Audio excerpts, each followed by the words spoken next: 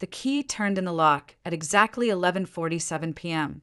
I knew because I'd been watching the clock for the past 3 hours, waiting, not with anticipation, with the cold patience of a hunter who'd already set the trap and was simply waiting for the animal to wander in.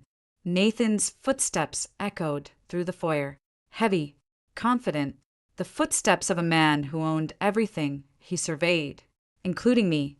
I stayed seated in the living room, my hands folded in my lap, a mug of tea long gone cold on the side table beside me.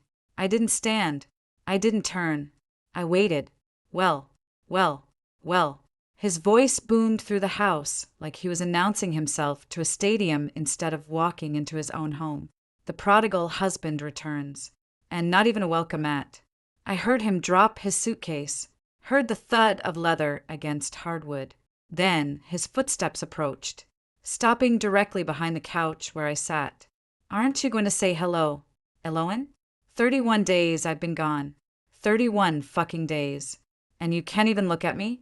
I turned slowly, met his eyes. He looked good. He always looked good. Tan, rested, wearing a suit that cost more than most people's rent. His dark hair was perfectly styled, his jaw clean-shaven, his smile wide and practiced. The smile of a man who'd spent a month in San Francisco doing God knows what while his wife sat alone in their Brooklyn brownstone. I said hello. I replied quietly. When you walked in. That's not hello. That's breathing in my direction. He laughed, but there was an edge to it, a sharpness that hadn't been there 5 years ago when we got married. I expected at least a kiss, maybe a welcome home. Honey, is that too much to ask? I picked up my tea, took a sip. Cold. Disgusting. I set it down anyway. How was your trip? Fantastic. Deals closed. Hands shaken. Babies kissed. He winked. Missed you, though. Missed this place. Missed coming home to a warm wife. Is that what I am? Warm? His smile flickered. Just for a second. What's that supposed to mean? Nothing. I stood up. Smoothed my dress. You want something to eat? There's leftover pasta in the fridge. I don't want pasta. Eloin, I want an explanation. He stepped closer, invading my space the way he always did when he wanted to intimidate. 31 days. Not one phone call. Not one text. Not even a goddamn email. Do you know how that made me feel? Lonely? Neglected? Ignored? Like I don't matter to you. I almost laughed. Almost. But I'd rehearsed this moment too many times to let emotion ruin it. You matter to me, Nathan. More than you know. Then why didn't you call? His voice rose, the charming veneer cracking. I checked my phone every night. Every single night. Eloin. Nothing. Silence. Do you have any idea what that does to a man? Thinking his wife doesn't give a damn whether he lives or dies. I called. He froze. What? I said I called. Multiple times. The first week you were gone. I called every night. That's impossible. My phone never rang. Not your phone. I reached into my pocket, pulled out my own cell, and scrolled to my call log. I called your hotel room. The Fairmont, right? Penthouse suite? His face went pale. Just a shade. But I saw it. I doubt why would you call the hotel? I told you I'd be busy during the day. Meetings. Dinners. I told you to call my cell. I did call your cell. It went straight to voicemail every time. So I tried the hotel. Figured I'd leave a message with the front desk. And the front desk connected me to your room. Someone answered. He swallowed. Hard. Probably housekeeping. Or room service. You know how hotels are. No, it wasn't housekeeping. I locked eyes with him. It was a little boy. He said, Daddy's in the shower. Can I take a message? The silence that followed was so complete I could hear my own heartbeat. Nathan's face cycled through emotions faster than I could track. Confusion, denial, fear. His mouth opened, closed, opened again. No sound came out. A little boy. I repeated. He sounded about 2 years old, maybe 3. He had a very clear voice for a toddler. said Daddy with perfect pronunciation. I asked him his name. He said, Oliver. Then he said, Daddy's taking a bath with Auntie Lydia. Can I tell him you called? Nathan's knees buckled. He grabbed the back of the couch to steady himself. Eloan, listen. Listen to me. That's not what you think. It's exactly what I think. Nathan, let me explain. Please, just give me 5 minutes. You've had 5 years. I love you. I love you. Eloan, whatever you think happened, she's not. She's not your mistress. The boy's not your son. The apartment in Pacific Heights isn't paid for with company money. I tilted my head. Which part should I pretend to believe? His face crumpled. The handsome mask dissolved into something ugly and desperate. How long have you known? Long enough. How long? Eloan? 6 months. Give or take. 6 months? His voice cracked. You've known for 6 months and you didn't say anything? You just sat here, waiting, pretending everything was fine? I wasn't pretending. I was preparing. Preparing for what? I walked to the desk in the corner of the room, pulled open the drawer, and retrieved a thick manila envelope. I held it out to him. He stared at it like it was a live snake. What's that? Open it. His hands shook as he took the envelope.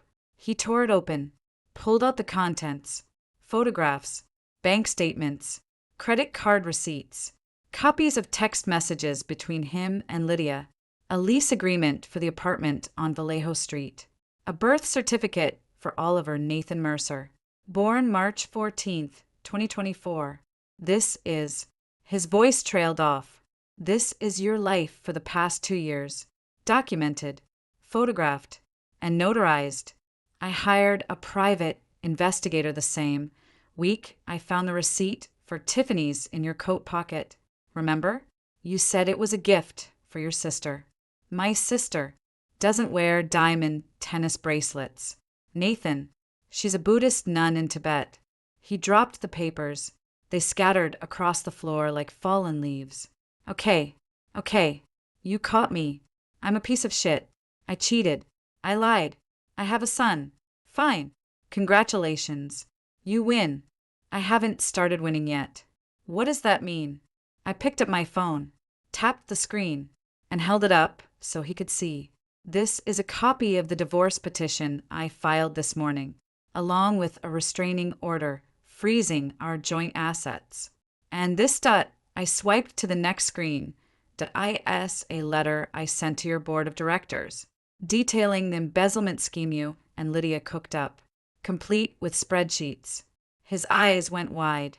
You wouldn't. I already did. You can't prove embezzlement. I don't have to. The SEC will do that for me. I sent them a copy too. He lunged forward, grabbing my wrist. His grip was tight, painful.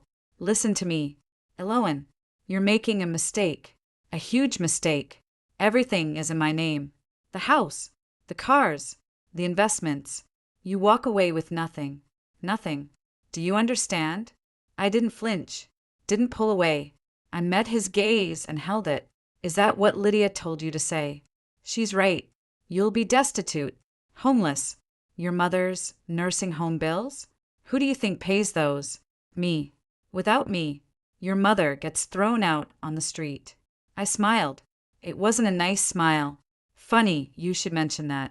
I moved Mom to a new facility yesterday, under a different name, paid for by a trust fund I set up before we got married.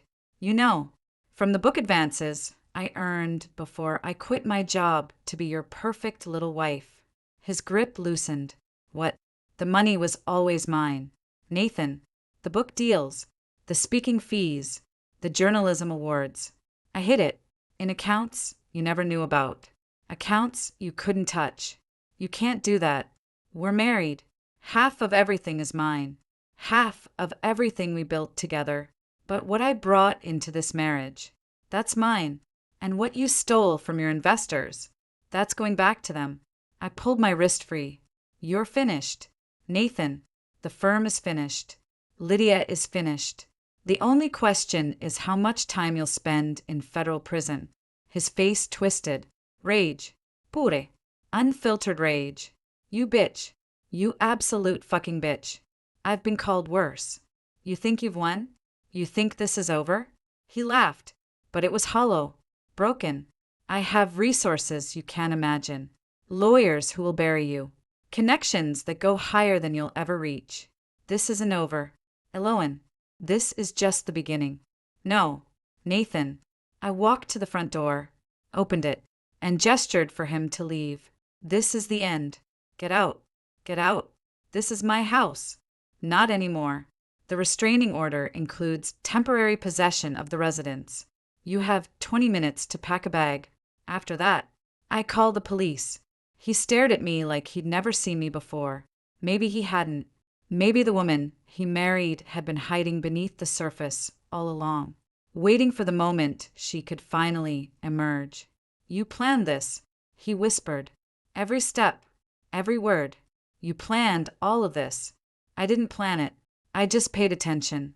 I stepped aside, leaving the path to the stairs clear. 20 minutes. Nathan. Starting now. He didn't move. He stood there, surrounded by the scattered evidence of his betrayal, looking smaller than I'd ever seen him. The powerful venture capitalist reduced to a man holding a handful of photographs and a shattered future. This isn't over, he repeated, but the threat had drained out of his voice. Yes, it is. He turned and walked upstairs. I watched him go, listening to his footsteps fade into the bedroom we'd shared for 5 years. Then I closed the front door, locked it, and leaned against it. My hands were shaking. Finally, I allowed myself to feel something. But it wasn't grief. It wasn't anger. It was relief. Because the hardest part was over. The waiting, the pretending, the careful construction of a trap I'd been building for half a year. Now all I had to do was watch it spring shut.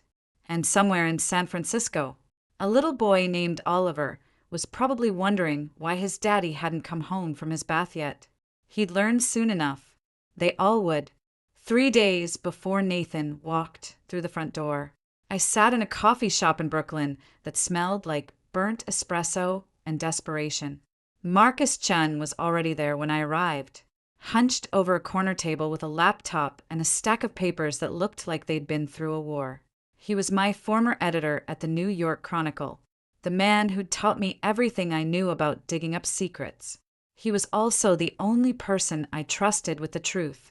You look like hell, he said as I slid into the seat across from him. Thanks. You really know how to make a girl feel special. I'm serious. Lo, when's the last time you slept? I sleep fine. It's the waking hours that are killing me. He pushed a coffee toward me. Black. No sugar. Exactly how I liked it. Drink.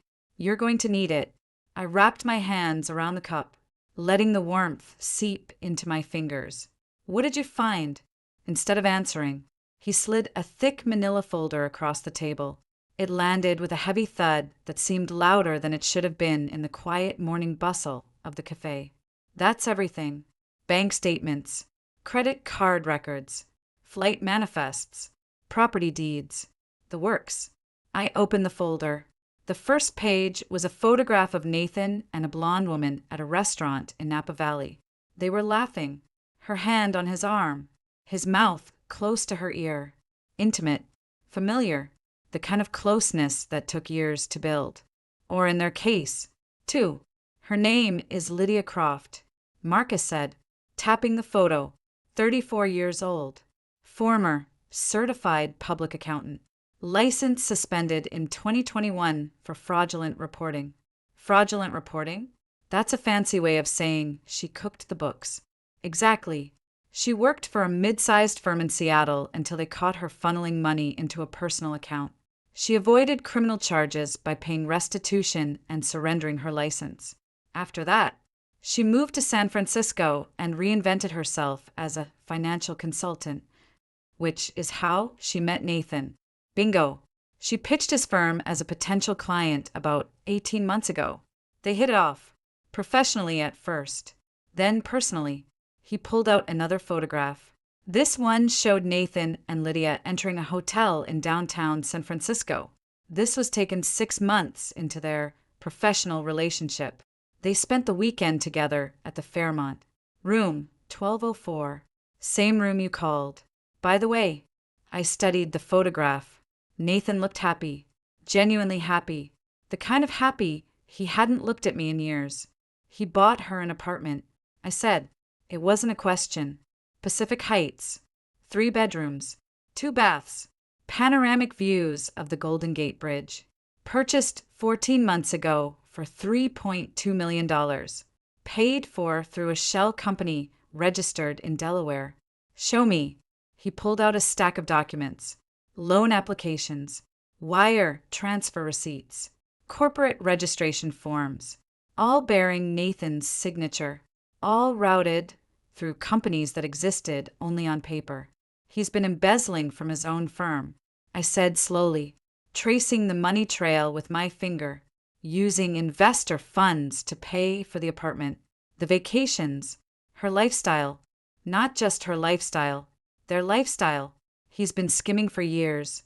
Long before Lydia came along. She just gave him a reason to get sloppy. I looked up. How much? Total? Rough estimate puts it at $4.7 million over the past 3 years. But that's just what I've been able to trace. There could be more. For $0.7 million. Stolen from teachers, firefighters, nurses, people who trusted Nathan with their retirement savings. Does the firm know?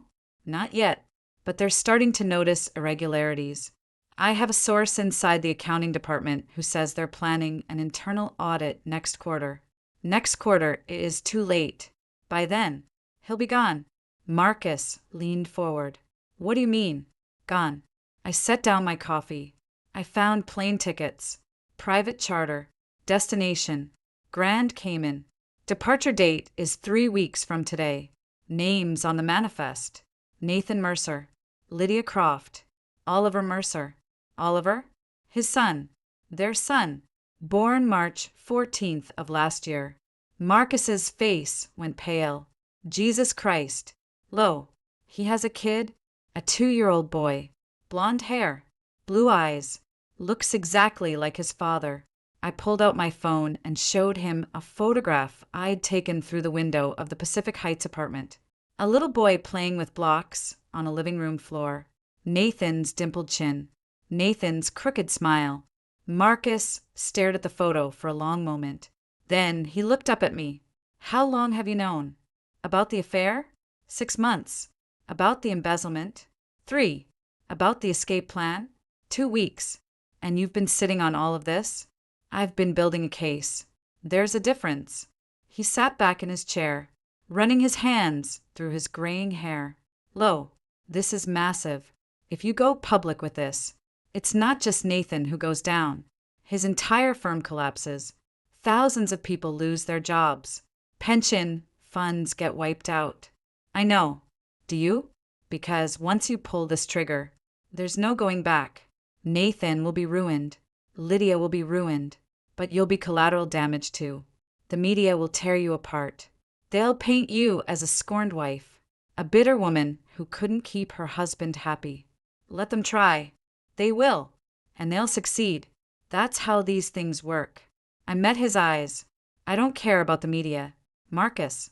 I care about justice. Nathan stole from people who trusted him. He lied to me for 2 years. He fathered a child with another woman while telling me he loved me. He deserves to rot in prison. And what about you? What do you deserve? I thought about it. Really thought about it. I deserve to start over. Without him. Without the lies. Without the weight of pretending everything was fine when it wasn't. Marcus sighed. He reached into his bag and pulled out another folder. Thinner than the first one. I was hoping you wouldn't need this, but I had a feeling you would. What is it? A list of Nathan's hidden accounts. Offshore. In the Caymans. Switzerland. And Singapore. Total value. Approximately $12 million. I blinked. 12 million. That's what I said. He's been planning this exit for a long time. The embezzlement was just the tip of the iceberg. These accounts were funded with money from sources I haven't been able to trace yet. Possibly illegal. Possibly dangerous. Dangerous how? Marcus hesitated. Some of the transactions are linked to individuals with criminal records, drug trafficking, money laundering. I'm not saying Nathan is involved in organized crime, but I'm not saying he isn't either. I felt the ground shift beneath me. I'd known Nathan was a liar and a cheat, but a criminal? Connected to dangerous people? There's more. Marcus said, Lydia isn't just his mistress. She's his partner in this. She's the one who set up the offshore accounts. She's the one with the expertise to hide the money. Without her, Nathan would have been caught years ago. So they're in this together. Completely. Which means if you go after Nathan, you go after her too. And she's not the type to go down quietly. What type is she? He pulled out a final photograph. Lydia at a charity event, dressed in a red gown, smiling for the cameras. Beautiful, polished, deadly. She's the type who will burn everything to the ground before she lets anyone take what she's built, including you. I looked at the photograph, looked at the woman who had stolen my husband, my marriage, my future, the woman who was planning to run away with my husband and my money and my life. Good, I said, because I'm the same type. Marcus shook his head. You're not. Lo, that's the difference.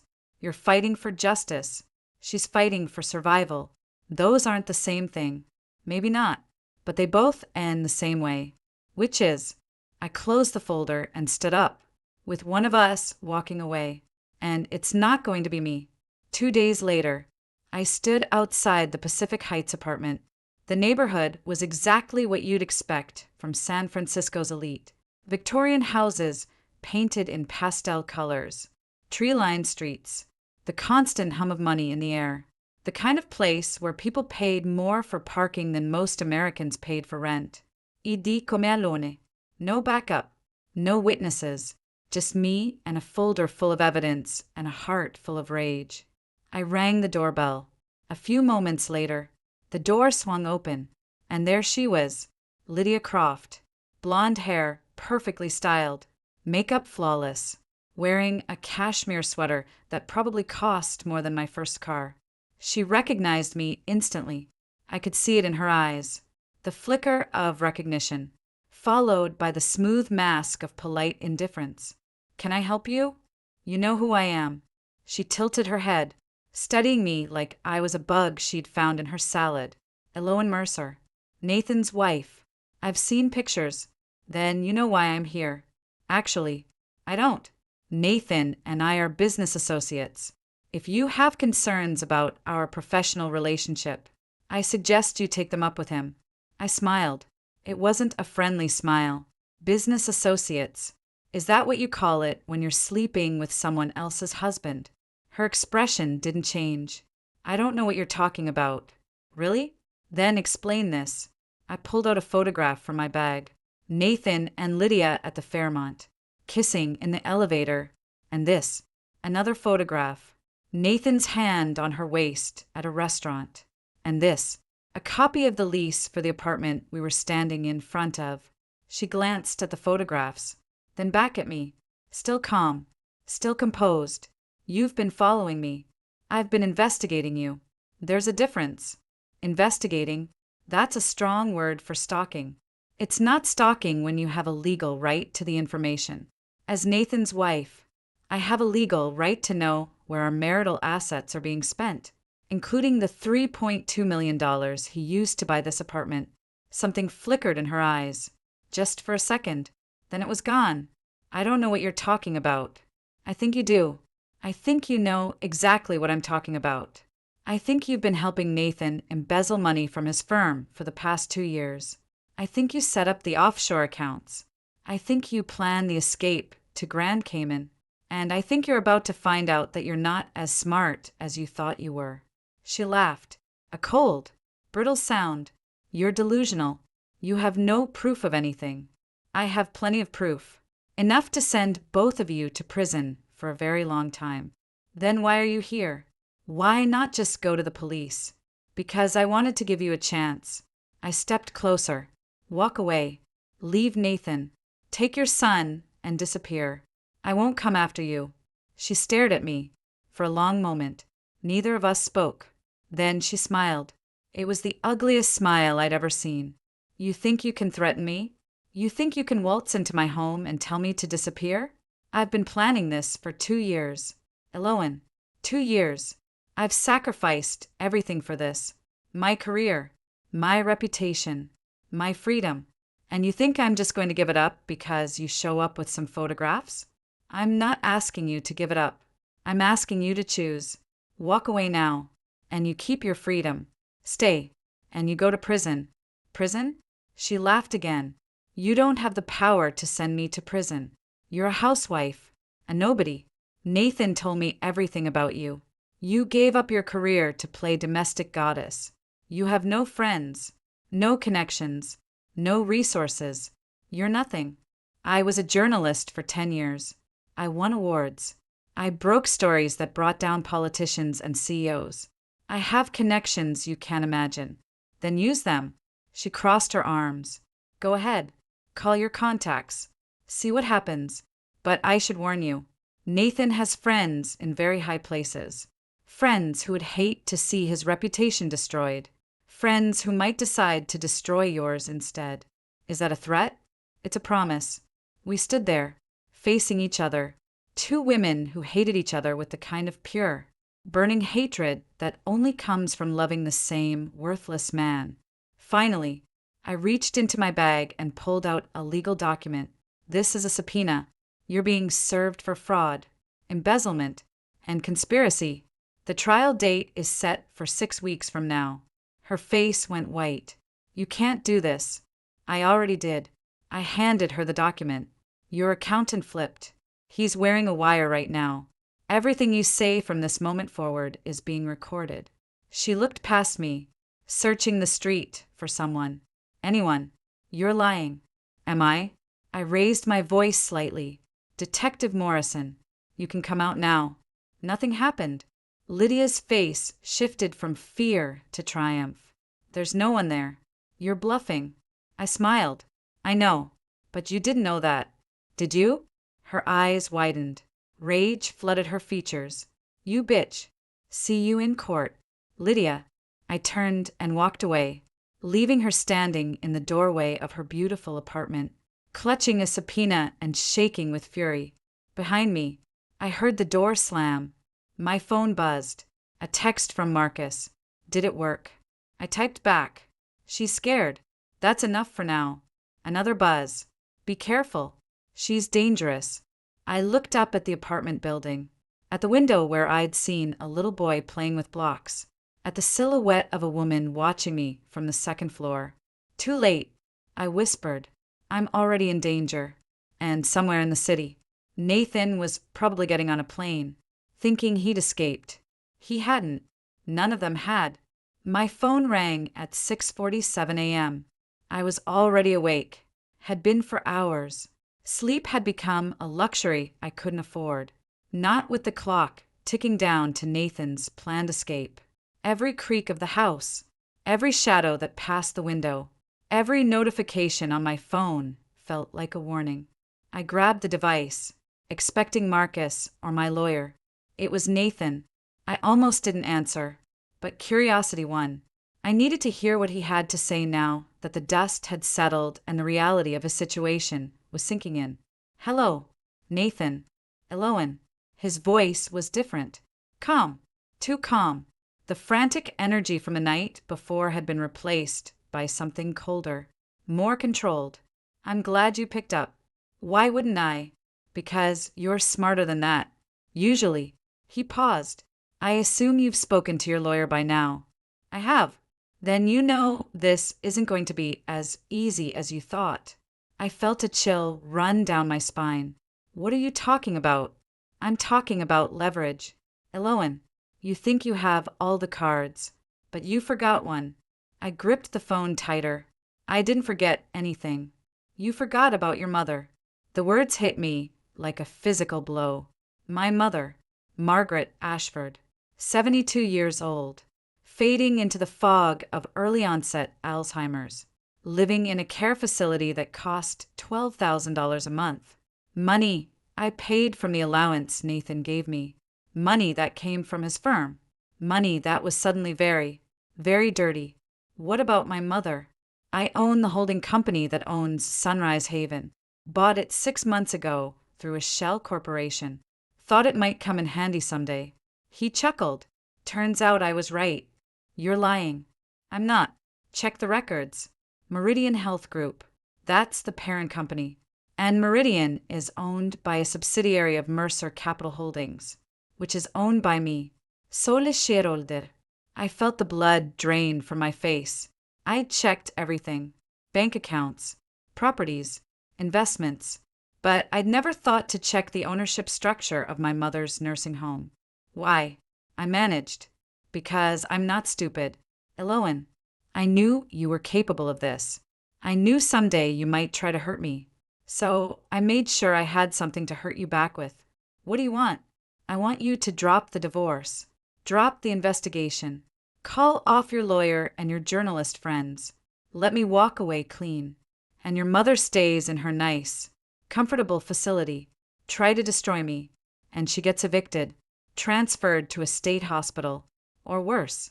You wouldn't. Wouldn't I? His voice hardened. You have 48 hours. After that, I start making phone calls. And trust me, Eloan, I know people who can make your mother's life a living hell. The line went dead. I stood there, phone pressed to my ear, listening to the dial tone. My hands were shaking. My heart was pounding. For the first time in 6 months, I felt genuine fear. Not for myself, for my mother. I met Diana Reyes at her office in Midtown Manhattan 2 hours later. Diana was a force of nature. 5 feet 2 inches of pure aggression, wrapped in a designer suit. She specialized in high-net-worth divorces with criminal elements, which meant she dealt with men like Nathan every day. She listened to my story without interrupting. When I finished, she leaned back in her chair and tapped her pen against the desk. He's bluffing. I don't think he is. Of course he is. Men like Nathan don't follow through on threats. They make them to scare you into submission. The moment you call his bluff, he crumbles. And if he's not bluffing, if he actually owns the company, Diana pulled up a file on her computer. Meridian Health Group. Let me check something. She typed for a few seconds, then frowned. Well, shit. What? He's not bluffing. Meridian is owned by a subsidiary of Mercer Capital Holdings. Nathan is listed as the sole beneficial owner. He has the legal authority to transfer patients, terminate contracts, or sell the facility entirely. I felt the floor drop out from under me. So he can do it. He can throw my mother out on the street. Legally? Yes. Ethically? No. But since when do men like Nathan care about ethics? She closed her laptop. We have 2 options. Option 1. We fight this in court. File an emergency injunction. Argue that he's using the property as leverage in a divorce proceeding, which constitutes coercion. It's a long shot, but it might work. And option 2. We move your mother. Quietly. Quickly. Before he has a chance to act. Move her where? I don't have the money for another facility. Nathan controls everything. Diana smiled. Do you trust me? I barely know you. Trust me anyway. I have resources. Contact. People who owe me favors. I can have your mother relocated to a new facility within 24 hours. Safe. Secure. Nathan won't be able to find her. And the cost? Don't worry about the cost. I can't accept charity. Diana, it's not charity. It's an investment. When we win this case, you'll pay me back. With interest. She leaned forward. But you need to make a decision right now. Because if Nathan finds out what we're planning, he'll move faster. I thought about my mother. Her confused eyes. Her trembling hands. The way she sometimes forgot my name, but never forgot to smile when I walked into the room. Do it, I said. Move her. The next 12 hours were a blur of phone calls, paperwork, and whispered conversations. Diana's network was impressive. Within 6 hours, She'd secured a bed at a private facility in upstate New York. Within 8, she'd arranged for an ambulance transport. Within 10, my mother was packed and ready to go. I rode with her in the ambulance, holding her hand as the city lights faded into the darkness of the highway. "Where are we going, sweetheart?" she asked, her voice small and confused. "Somewhere safe, Mom. Somewhere quiet. Are we running away?" I squeezed her hand. "Something like that. Is it Nathan? Did he hurt you?" I looked at her, even lost in the fog of her disease. She could see what I'd been hiding for years. Mothers always could. "He tried, Mom, but he's not going to win." She nodded slowly. "Good. You always were a fighter." We arrived at the new facility at 3 a.m. It was smaller than Sunrise Haven, quieter, nestled in the woods with a view of a lake that glittered under the moonlight. The staff was kind, efficient, and asked no questions. I stayed until my mother was settled into her new room, until she fell asleep with a soft smile on her face, until I was sure she was safe. Then I drove back to the city, my mind racing with what came next. Nathan called at 9 a.m. the next morning. "I told you to drop it. Eloan, I know what you told me. Then why did you move your mother?" I smiled. He'd noticed. "Good, because I don't negotiate with terrorists." "You think this is a game?" "No, Nathan. I think this is war. And you just made a critical mistake." "What mistake?" "You threatened my family. That's the one thing I will never forgive. The one thing I will never forget. And the one thing that guarantees I will destroy you completely." He laughed. "You can't destroy me. I have everything. Money, connections, power. You have nothing. I have the truth. The truth doesn't matter. What matters is who tells it better. And I have a team of PR experts who will make you look like a crazy, bitter ex-wife who fabricated everything because she couldn't handle being rejected. Is that what you think? I know it. By the time my lawyers are done with you, you'll be lucky if you can afford a studio apartment in Newark. Your reputation will be destroyed. Your career will be over. You'll be nothing." I let the silence stretch. Let him think he'd won. Then I said, "Kevin sends his regards." The silence on the other end was deafening. "What did you say?" "You heard me. Kevin, your assistant, the one you paid $5,000 a month to spy on me. You're lying." "Am I?" "Ask him." "Oh, wait. You can't, because he's sitting in my living room right now, going through your encrypted files. You're bluffing." "I'm not. He came to me 2 days ago, offered me everything. Your passwords, your account numbers, your escape plans, everything." "Why would he do that?" "Because I offered him triple what you were paying. Plus immunity. He's going to testify against you. Nathan, he's going to tell the jury everything." I heard him breathe, heavy, ragged, the sound of a man realizing his foundation was cracking. "This changes nothing," he said finally. "I still have the money. I still have the connections. I still have Lydia. Do you?" "Because Lydia's accountant flipped too. He's wearing a wire. He's recorded every conversation they've had for the past 3 weeks." "That's impossible." "It's not. He came to me the same day Kevin did. Seems like everyone wants to jump off a sinking ship." "You're lying. You're lying about all of this. Believe what you want, Nathan, but I should warn you. The FBI is executing a search warrant on your office as we speak. They're seizing computers, hard drives, financial records. By the end of the day, they'll have everything they need to indict you." The line went dead. I looked at my phone, smiled. Then I called Marcus. "It's done," I said. "He knows." "How did he take it?" "Not well. He hung up on me." "Good. That means he's panicking. Panicking people make mistakes." "Let's hope so, because we're running out of time." The search warrant was executed at 10 a.m. By noon, the news was everywhere. Venture capitalist Nathan Mercer under federal investigation for fraud and embezzlement. The headlines were brutal. The comments were worse. Social media exploded with speculation, condemnation, and gleeful schadenfreude. I watched it all from my living room, a glass of wine in my hand, a satisfied smile on my face. My phone buzzed. Unknown number. I answered. Hello, Mrs. Mercer? A woman's voice. Professional. Urgent. This is Agent Sarah Chin with the FBI. I'm calling to inform you that your husband has been taken into custody. Taken into custody? He attempted to flee the country this morning. He was apprehended at JFK Airport with a false passport. He's currently being held at the Metropolitan Detention Center pending arraignment. I felt a wave of relief wash over me. Thank you for letting me know. There's something else. Mrs. Mercer. Ms. Croft was also apprehended. She was attempting to board a separate flight to Zurich. Both are in custody. What about the boy, Oliver?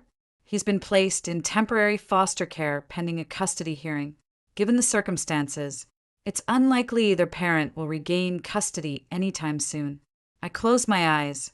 A 2-year-old boy, alone in the world, caught in the wreckage of his parents' crimes. He didn't deserve any of this. Thank you, Agent Chen. I appreciate the update. One more thing, Mrs. Mercer. Your testimony will be crucial in the upcoming trial. Are you willing to cooperate fully? I opened my eyes, looked at the photograph of Nathan and me on our wedding day, smiling, hopeful, blind. I'll do whatever it takes to make sure he never hurts anyone again. Then I'll be in touch. Have a good day, Mrs. Mercer. You too, Agent. I hung up, set down the wine glass, and for the first time in 6 months, I allowed myself to cry. Not for Nathan, not for the marriage I'd lost. For myself, for the woman I'd been before all of this. The woman who trusted too easily, loved too deeply, and believed that honesty always won in the end. That woman was gone now. In her place was someone harder, colder, stronger, someone who had just taken down a monster, and she was just getting started. The trial began on a gray Monday morning in October. I sat in the front row of the federal courthouse in Manhattan, dressed in a navy blue suit that Diana had picked out for me. Conservative, professional, sympathetic. She'd said, "You want the jury to see a victim, not an avenger." I didn't feel like a victim. I felt like a soldier heading into battle. Nathan sat at the defense table, flanked by 3 lawyers in expensive suits. He looked thinner than the last time I'd seen him, paler. The arrogance that had defined him for so long was still there, but it was muted now, buried beneath layers of exhaustion and fear. He didn't look at me, not once.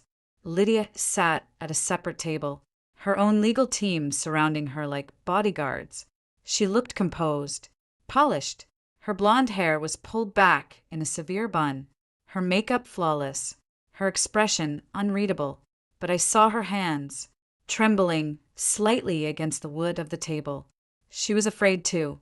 Good. The judge entered, a stern-faced woman in her 60s named Judge Patricia Holloway. She had a reputation for being fair but ruthless, especially with white-collar criminals. I'd done my research. Mr. Foreman, has the jury reached a verdict? The foreman stood, a middle-aged man with glasses and a nervous twitch. We have, Your Honor. Please read the verdict. The courtroom held its breath. I gripped the edge of my seat, my knuckles white. On count 1, fraud in connection with the operation of a financial institution. We find the defendant, Nathan Mercer, guilty. A murmur rippled through the gallery. Nathan's face went gray. On count 2, embezzlement of funds from a financial institution. We find the defendant guilty. Louder murmurs now. Someone in the back gasped. On count 3, money laundering. We find the defendant guilty. Nathan's lawyer stood. Your Honor, I object. Sit down. Mr. Reynolds, the jury has spoken. Judge Holloway turned to the foreman. Continue. On count 4, conspiracy to commit wire fraud. We find the defendant guilty. On count 5, conspiracy to commit bank fraud. We find the defendant guilty. On count 6, obstruction of justice. We find the defendant guilty. The foreman read through all 12 counts. Each one ended the same way: guilty, guilty, guilty. By the time he finished, Nathan was slumped in his chair, his face buried in his hands. His lawyers looked like they'd been hit by a truck. Judge Holloway turned to Lydia's table. And the verdict for the co-defendant? The foreman cleared his throat. On all 9 counts, we find the defendant, Lydia Croft, guilty. Lydia didn't react. She sat perfectly still, staring straight ahead, her face carved from stone. But I saw the slight tremor in her jaw, the barely perceptible crack in her armor. Sentencing will take place in 6 weeks, Judge Holloway said. The defendants are remanded to federal custody without bail. Court is adjourned. The gavel banged. The guards moved forward, and I watched as Nathan Mercer, the man who had promised to love and cherish me until death do us part, was led away in handcuffs. He finally looked at me as they passed. His eyes were empty, defeated, broken. Was it worth it? He asked, his voice barely a whisper. Destroying everything? I met his gaze, held it. You destroyed everything. Nathan, I just cleaned up the mess. They pulled him away. I watched until he disappeared through the door at the back of the courtroom. Then I stood up, smoothed my skirt, and walked out into the sunlight. Sentencing day arrived 6 weeks later, cold and bright. I sat in the same seat, wearing the same navy suit. Diana sat beside me, her hand resting on my arm. Marcus was 2 rows back, his laptop open, already drafting the article that would run in tomorrow's paper. Nathan stood before the judge, his hands cuffed in front of him, his orange jumpsuit hanging loose on his frame. He'd lost weight in prison, a lot of weight. The arrogance was gone now, replaced by something hollow and desperate. Mr. Mercer, Judge Holloway said, you have been convicted on 12 counts of fraud, embezzlement, and conspiracy. You have stolen millions of dollars from investors who trusted you. You have betrayed your wife, your employees, and your community. Do you have anything to say before I pronounce sentence? Nathan turned to face the gallery. His eyes found mine. For a moment, I saw something flicker in them. Regret? Remorse? Or just self-pity? I'm sorry, he said, to everyone I hurt, to my wife, to my investors, to my son. His voice cracked. I made terrible choices. I let greed and pride destroy everything that mattered to me. I don't expect forgiveness. I don't deserve it, but I am sorry. It was a good speech, well rehearsed, probably written by his lawyers. I didn't believe a word of it. Judge Holloway nodded. Thank you, Mr. Mercer. Your apology is noted. However, the severity of your crimes requires a proportional response. She paused, adjusting her glasses. On the charge of fraud in connection with a financial institution, I sentence you to 15 years in federal prison. On the charge of embezzlement, I sentence you to 10 years, to run concurrently. On the remaining charges, I sentence you to a total of 25 years, with eligibility for parole after serving 15. 25 years. Nathan would be 60 years old when he got out. If he got out, he swayed on his feet. One of the guards steadied him. Ms. Croft, Judge Holloway continued, turning to Lydia, you have been convicted on 9 counts of fraud, conspiracy, and money laundering. You were an active participant in this scheme, using your expertise to conceal the flow of illegal funds. Do you have anything to say? Lydia lifted her chin. Her eyes were cold, defiant. I acted under duress, she said. Nathan Mercer manipulated me. He threatened me. He forced me to participate in his crimes. I am a victim, not a perpetrator. A ripple of disbelief ran through the gallery. I almost laughed. Ms. Croft, the jury rejected that argument. As do I. Judge Holloway's voice was ice. I sentence you to 10 years in federal prison. You will be eligible for parole after serving 7. Lydia's composure finally cracked. Her face contorted with rage. This isn't over. She spat, turning to glare at me. You think you've won? You haven't. I will find a way to destroy you. I swear it. Take her out. Judge Holloway ordered. The guards dragged Lydia away, still screaming obscenities. The doors slammed behind her.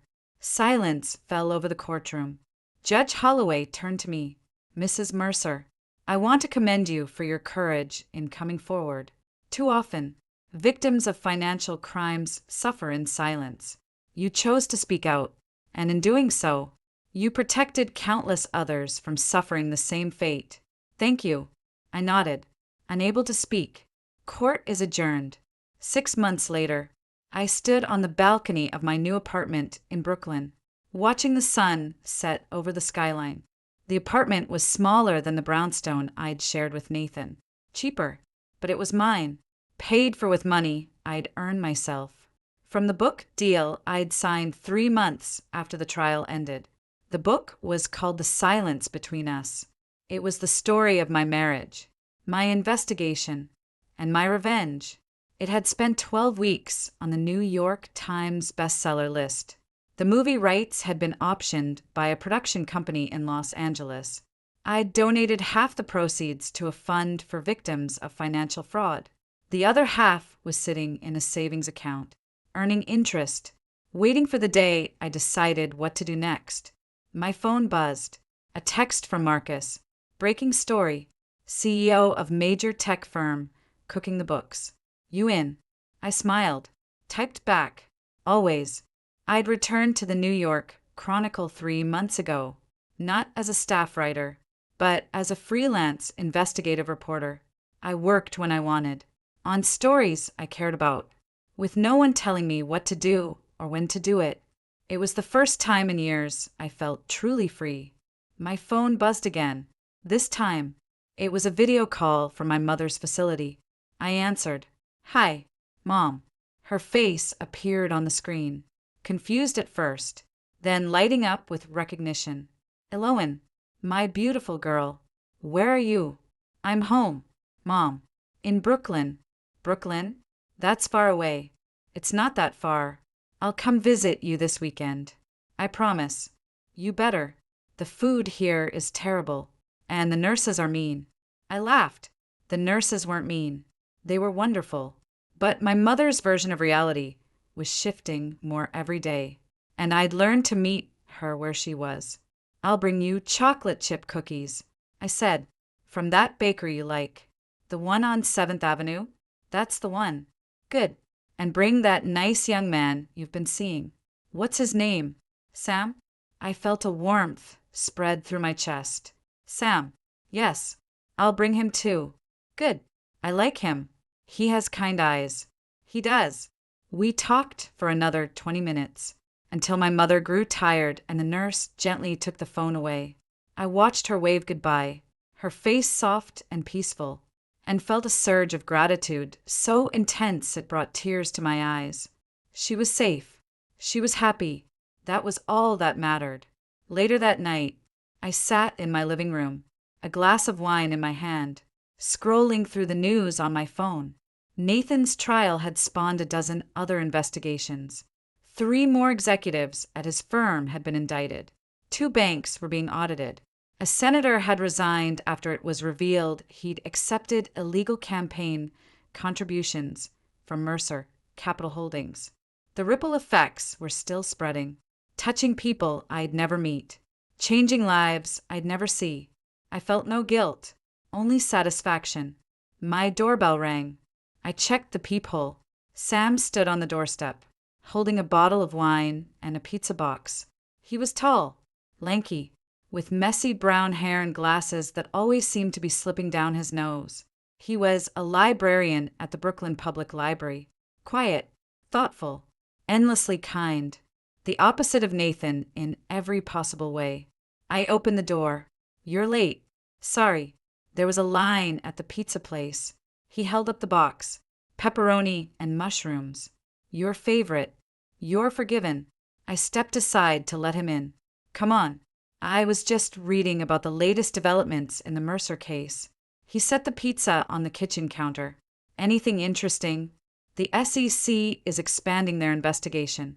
They think there might be more victims we haven't found yet. That's good. Those people deserve justice. They do. I poured him a glass of wine. Thanks for coming over. I needed company tonight. Rough day? Not rough, just reflective. 6 months ago today, Nathan was sentenced. Sam's face softened. He set down his wine and pulled me into a hug. How are you feeling about it? Honestly, I don't know.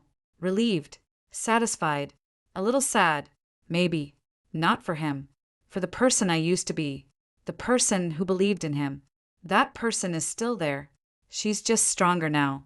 I pulled back and looked at him. How did you get so wise? Years of reading books. Also, I have a very smart girlfriend who teaches me things. I laughed. It felt good. Light. Free. We ate pizza on the couch, watching a bad movie on Netflix. Not talking about Nathan or Lydia or the trial. Just existing together in the quiet comfort of each other's presence. At midnight, Sam fell asleep on my shoulder, his breathing slow and even. I looked at him, at the peaceful expression on his face, at the way his hand rested lightly on my knee, as if even in sleep, he wanted to hold on to me. I thought about Nathan, about the years I'd wasted on a man who never deserved me, about the pain, the betrayal, the long, lonely nights of wondering if I was strong enough to survive. I was strong enough. I'd always been strong enough. I just needed to remember it. I kissed the top of Sam's head and closed my eyes. Tomorrow, there would be new stories to chase, new battles to fight, new truths to uncover. But tonight, I was exactly where I was supposed to be. Home. Free. Alive.